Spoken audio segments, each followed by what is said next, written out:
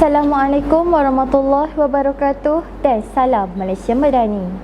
Dalam meniti arus kemodenan yang serba mencabar, remaja perempuan sering berhadapan dengan pelbagai perubahan fizikal dan emosi yang kompleks.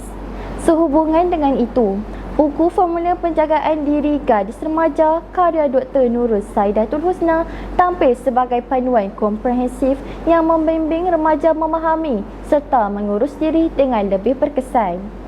Buku ini bukan sekadar bahan bacaan biasa, malah menjadi rujukan penting dalam membentuk sasiah dan keyakinan diri remaja.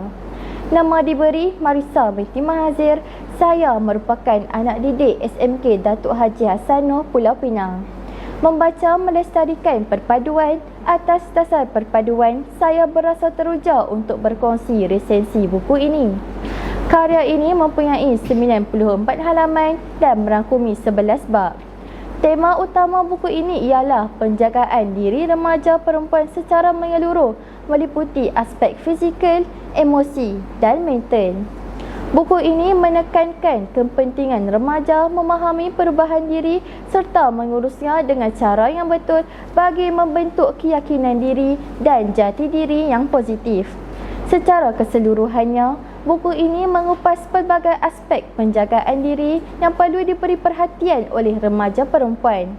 Antaranya termasuklah perubahan fizikal ketika akil balik, penjagaan kebersihan diri, penjagaan kulit dan rambut serta pengurusan haid.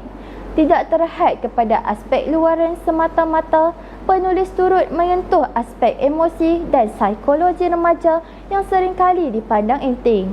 Dengan penyampaian yang sistematik dan mudah difahami, buku ini membantu pembaca menghadapi perubahan diri dengan lebih tenang dan positif. Kekuatan utama buku ini terletak pada penggunaan bahasa yang santai namun syarat dengan informasi yang berguna. Penulis berjaya menyampaikan mesej dengan jelas tanpa menimbulkan kekeliruan dalam kalangan pembaca remaja. Selain itu, buku ini turut menyediakan panduan praktikal yang boleh diaplikasikan dalam kehidupan seharian. Penyusunan isi yang teratur serta disokong dengan contoh yang relevan menjadikan buku ini lebih menarik dan mudah dihayati. Namun demikian, terdapat juga beberapa kelemahan yang tidak dapat dielakkan. Antaranya, perbincangan dalam buku ini agak ringkas bagi sesetengah topik, menyebabkan pembaca yang ingin mendalami sesuatu aspek mungkin memerlukan rujukan tambahan. Di samping itu, skop buku yang lebih tertumpu kepada remaja perempuan menjadikannya kurang sesuai untuk pembaca lelaki. Buku ini syarat dengan nilai murni seperti kepentingan menjaga kebersihan diri, menghargai tubuh badan serta membina keyakinan diri.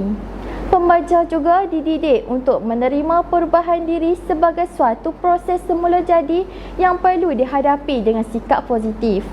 Hal ini secara tidak langsung dapat melahirkan generasi remaja yang lebih berdisiplin dan berkeyakinan tinggi.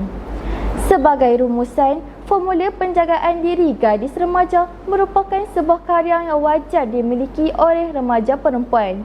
Buku ini bukan sahaja memberikan ilmu, malah berperanan sebagai panduan dalam membentuk jati diri yang unggul. Justeru, tidak keterlaluan jika dikatakan bahawa buku ini mampu menjadi teman setia kepada remaja dalam menuju kedewasaan.